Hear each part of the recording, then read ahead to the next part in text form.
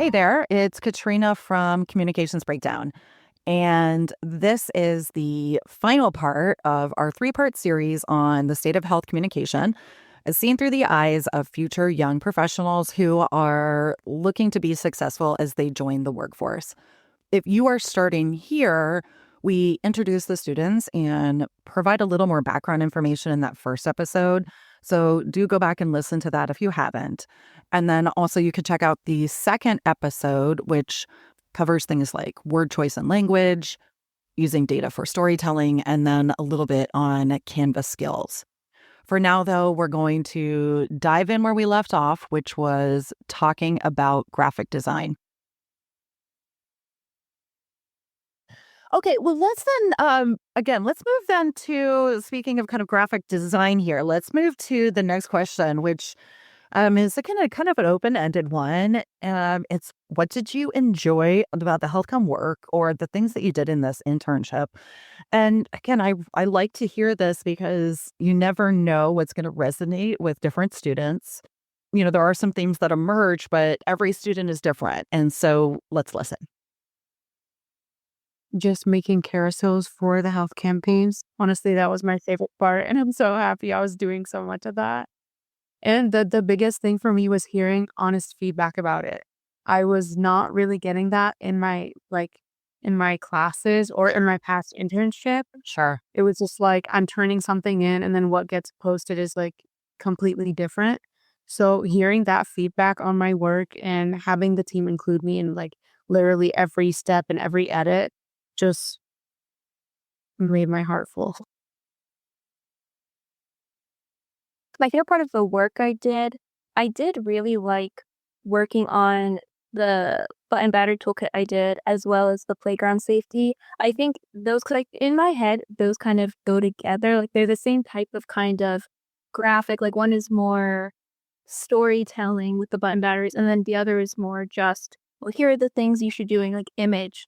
I actually really enjoyed when I had my capstone poster session. A lot of people came up to me and were actually asking me about the playground safety graphic I made and kind of talking about how it was really interesting, how they thought, well, not only is it really important, but they also thought, especially when I was talking about how, and something I learned with this internship is, Canva does have a good amount of options for things, but a lot of times it doesn't. So you have to make your own things.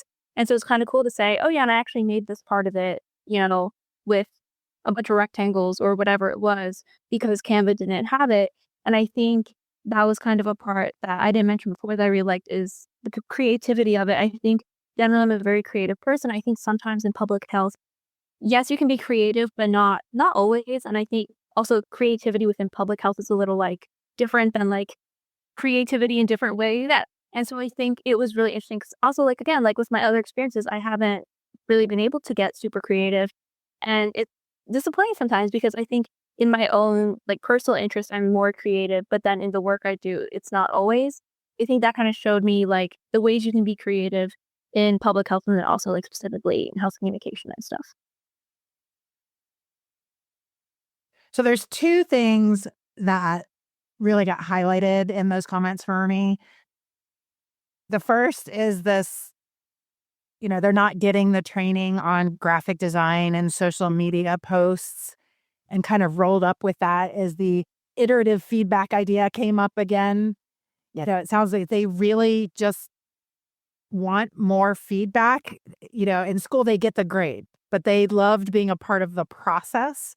And the way we do it is different from some. I think you do a really nice job of assigning them a project and you give them some guidelines, but then you really let them do the work.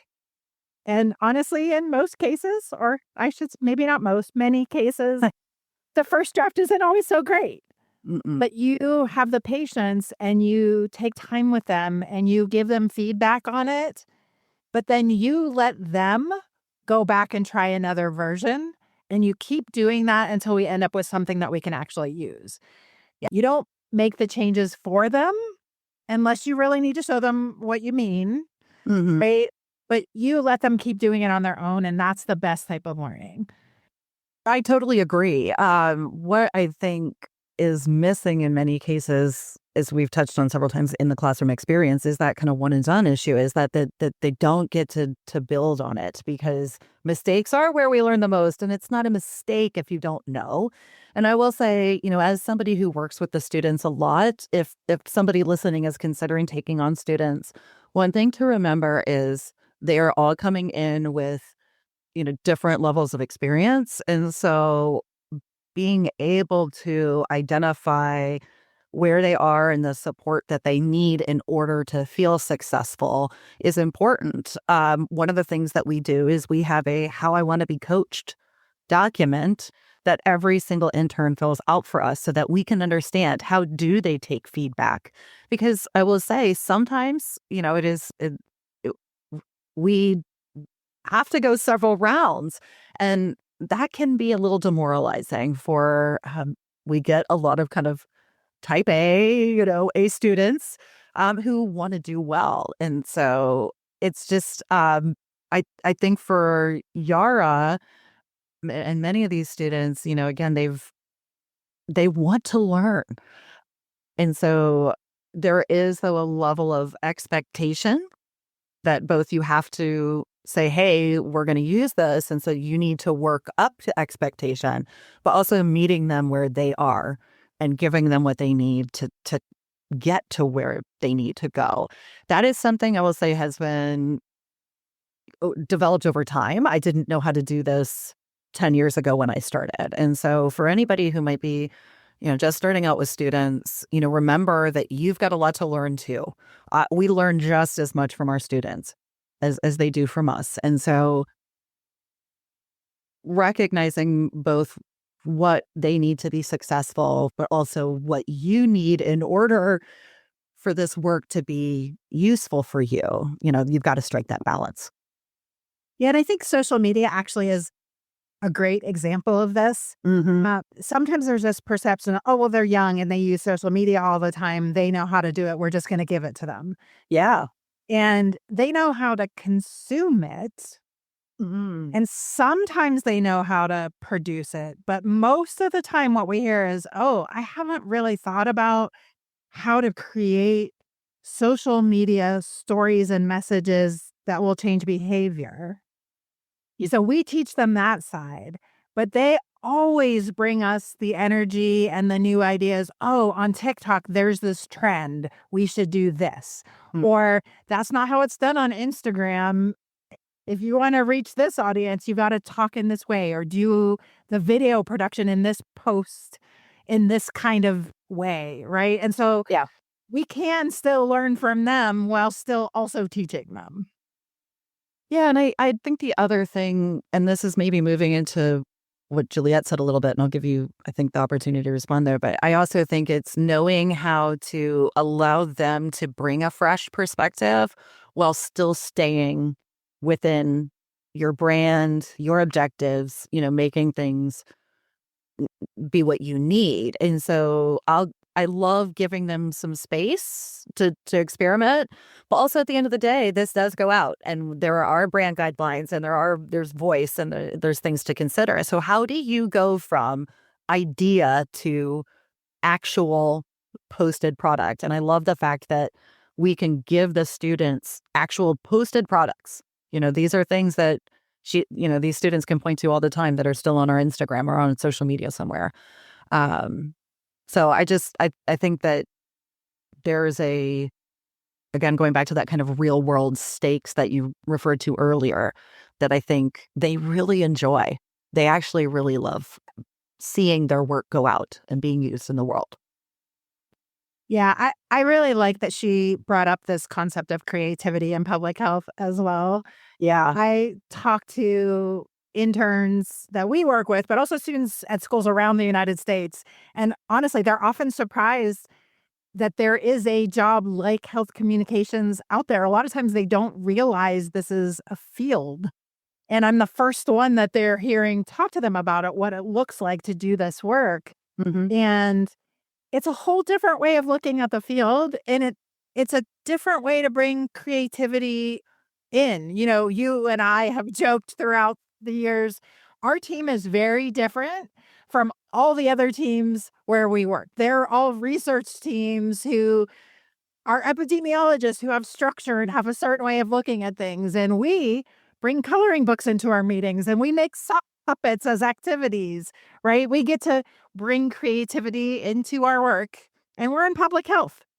Yep. And we're also not always on those regimented schedules, right? I mean, how many times have I had to stop because something comes up in the real world, Right. like the Tide Pod challenge? You don't plan for kids turning it into a challenge to swallow these dangerous chemical products. Right. So you got to stop everything that you're doing and respond to that, right? But I love that and I thrive on that and our team thrives on that. And there is this creative side of public health that isn't always embraced. Yeah. And so I love that she brought that up because there is a space for it. And there's a group of people who are doing that. And the communications we create, the visuals we create, the way we say things, that's all creativity. And I love it. Yeah. Well, I even loved the comment about she got interest at her poster session about this because she actually had something colorful and interesting. It stood out on her poster. And I think that, again, it's something I hadn't thought about really highlighting before, is an opportunity to put those skills to use for the larger good, right? It's not just designing, some little thing, right? There are reasons we make these choices that we do. And so it's creativity with direction. And I think a lot of students don't realize, again, that there's so much space for that. And honestly, we need people with creative skills because not everybody is comfortable with sock puppets and the things that we are. And that's okay. We do need everybody, but there's got to be space for everybody too. And so again, I hadn't heard it. I thought it was fantastic. Yeah, some of my favorite collaborations that we've had are people that we didn't know had certain skill sets. We had a photographer on staff that we didn't know she did that in her free time, right? Yeah. And we were able to use her skills. Or we had an intern who came in who was an artist. And some of my favorite graphics that we've ever created were ones that she hand drew and just had such great impact from her art skill. So just a really cool, different way to think about this space. Yeah. Okay, so one more question before we wrap up this segment. And that is, I always also ask about whether or not there are any surprises about health communication or this internship in general, because again, this is the open-endedness of this kind of question tends to give me some insights into how we can be of service to the interns, where the value lies with them, and how we can better, kind of work with each other and serve each other. So let's hear what Juliet has to say about this. I guess I didn't realize the levels of how many different things are going on, especially in health communication. I feel like, again, like going into it, I thought it was going to be mostly like creating a graphic. And I don't even know if I knew where that would be going. Like after you made the graphic, like who you'd be giving it to, where it would be posted. Like I really didn't know. And so I think it was interesting. And I was surprised. It's like, oh, well, actually, there's all these newsletters. And that's how they give the information. And there's also all these different websites and these toolkits and all this stuff. And so I think that was surprising to me. I thought it was really interesting that she said she hadn't thought about how to get the information out, who you'd be giving it to, where it'd be going, all these newsletters, websites, toolkits. She had thought about the idea of creating a graphic to share, but not about how people would find the graphic. And I do think that's a step that is often missed. Yeah. We had an employee once that ended up leaving because she said, all this work I'm doing is PR and communications, it's not program management. And she was surprised by that. And we see researchers who will create programs or apps or videos, and they put all this work into talking to their audience and crafting messages and evaluating whether or not they work with the audience. But when it comes time to actually put the product out into the world, they don't know how to do that. They haven't thought about it. And they say that's someone else's job, right? Yeah. but whose job is it actually? And how are people going to know about that awesome thing that you created that's out there that's available? Yeah. And I do think some of it is the funding mechanism. So the way they're set up, researchers are paid to create these products and prove that they're effective, but they're not paid to take it to the next level. So I think that's a component of it. But I think that's why some of these products and programs never last very long or don't have big uptake, because that dissemination piece, that thinking about how are people going to learn about this isn't happening. Right. Well, I think also for Juliet, what I heard is this to me goes back to that disconnect between what they do in school versus what an internship provides. Because this is our job, our workplace, we're actually running these programs. As she said, she had not put it together yet, I think, between what she was learning in school and then how it really kind of goes out into the world. What does that look like out in the world? We do have a lot of students that we ask them, picture this on your phone. Where are you consuming this? Where's your audience consuming this? If it's a social media graphic, again, I think she was talking about that, but it's probably going to be on your phone. So if you can see it, just because you can see it designing it on your computer screen doesn't mean you're going to be able to see it, the pertinent information, if you're viewing it on a phone. Another one that we do hear a lot is they don't think about kind of what the other things on the channel or the program look like. And so, what she's, I think, talking about is, she can design a graphic, but then how is it used in this larger context of this program's coordinated activity? I'm just thinking about what I worked on with her and just being able to say, okay, you've got a great idea.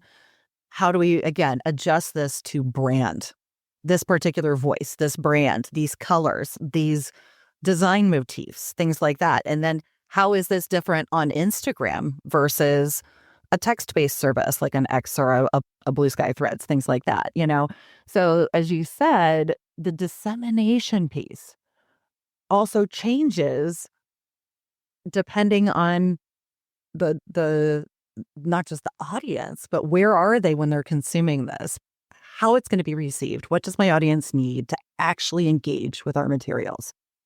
This level of detail, I think, I just don't think that school education can expose all of that the way that we can with these kind of real world stakes. Yeah, I definitely think that's important for sure. It's why internships and work experiences can really have a big impact. But I'm going to say again, I also think funding is a part of that. I mean, even schools have funding that they're required to meet, right?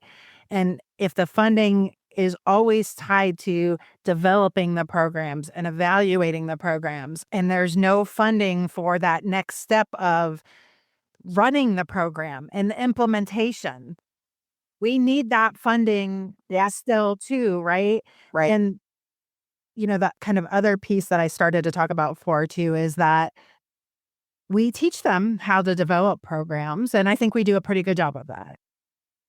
But we don't teach them always how do the participants find out about this when they're not being recruited to be a part of a study. It's that sustainability aspect. Great, we can recruit participants to be in this program when we're paying them for evaluation. But the afterwards, what does that look like? And there are skills that you have to learn. You have to know where to find the audience. You have to learn how to sell your program so that they're going to join it. You have to know marketing and PR skills. And this is a part of public health that isn't being taught really in a lot of programs. And I think that's an important gap that's missing right now. Mm-hmm. Yeah. All right, everyone. We've reached the end of our conversation on health communication as seen through the eyes of some of our recent interns who are heading out into the workforce and looking for ways to set themselves up for success. Now, I know we covered a lot of ground across those 3 episodes. So, Tracy, what do you think were the main takeaways here? Something I heard right off the bat was that the students are really struggling with the type of research translation that is needed to talk to the public. Reading a paper so that you can understand it is one thing, but reading it so you can explain the so what to a busy parent is something else altogether. And our students were struggling with that a little bit. I'd love to see students and even early career professionals learn both techniques. And I don't think we're always getting that second one quite right yet. We also talked about how important it is to think about dissemination early in a project. So many researchers don't think about this part until the research is done. And if we want people to truly understand the impact of our research and why it matters, we need to start thinking about how we're going to do that right from the beginning of the project. And we heard from them that that isn't something that they've always been thinking about yet. I also thought the discussion around accessibility and health literacy skills was really important. This is something that I am really passionate about. And I still feel like these topics are often being taught kind of on the edges of public health. And I'd love to see that change. Things like alt text and color contrast and appropriate reading levels for the audience you're trying to reach, they're not add ons. They're things we should be doing with all of our messaging, whatever form that's taking. And then finally, I absolutely loved their discovery that health communications can be a space for creativity and fun. It's something that we embrace and celebrate on our team. And I'd love to see more of this out in the world. Yeah, I totally agree. And I will also add that I think it's critical that we can offer the opportunity to give multiple rounds of feedback on real world projects. The interns talked about how nice it was to have the chance to go back and implement what they've learned from our feedback instead of just moving on to the next project, like they usually do in school. They would write a paper, they would get a grade, but they wouldn't have the chance to go back and actually fix it. And so this was the chance to really develop those skills through iterative feedback. They also got to see, firsthand what it's like to develop work that's going out in the world and things that will be seen and used by the public and other professionals. And they saw how deep we will go on every single detail. And y- school just can't replicate that. And so I am just so glad that we can offer that opportunity to them. I also just really love the wonderful energy they bring and all of the new ideas. And, we always learn something from them. So I love this program and I think it's a win-win. I absolutely agree. I love working with them. I love their new perspective and what they bring to us as well.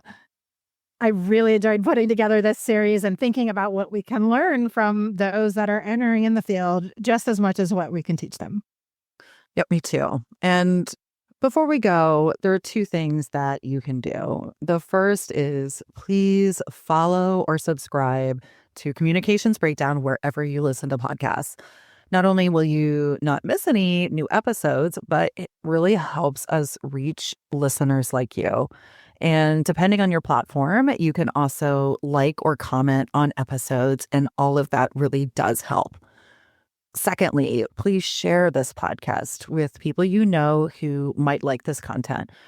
Our corner of public health focuses on injury prevention, but communicating about health and science and other complex subjects is a much larger world with lots of moving parts and pieces. And we'd love to find others who are working in these spaces as well. You can also follow CIRTC, CIRTC, on LinkedIn, Blue Sky, and YouTube. Come to those channels to talk to us, ask us questions, share resources, leave your comments and ideas for future episodes. We really do appreciate hearing from you. Thanks again for listening.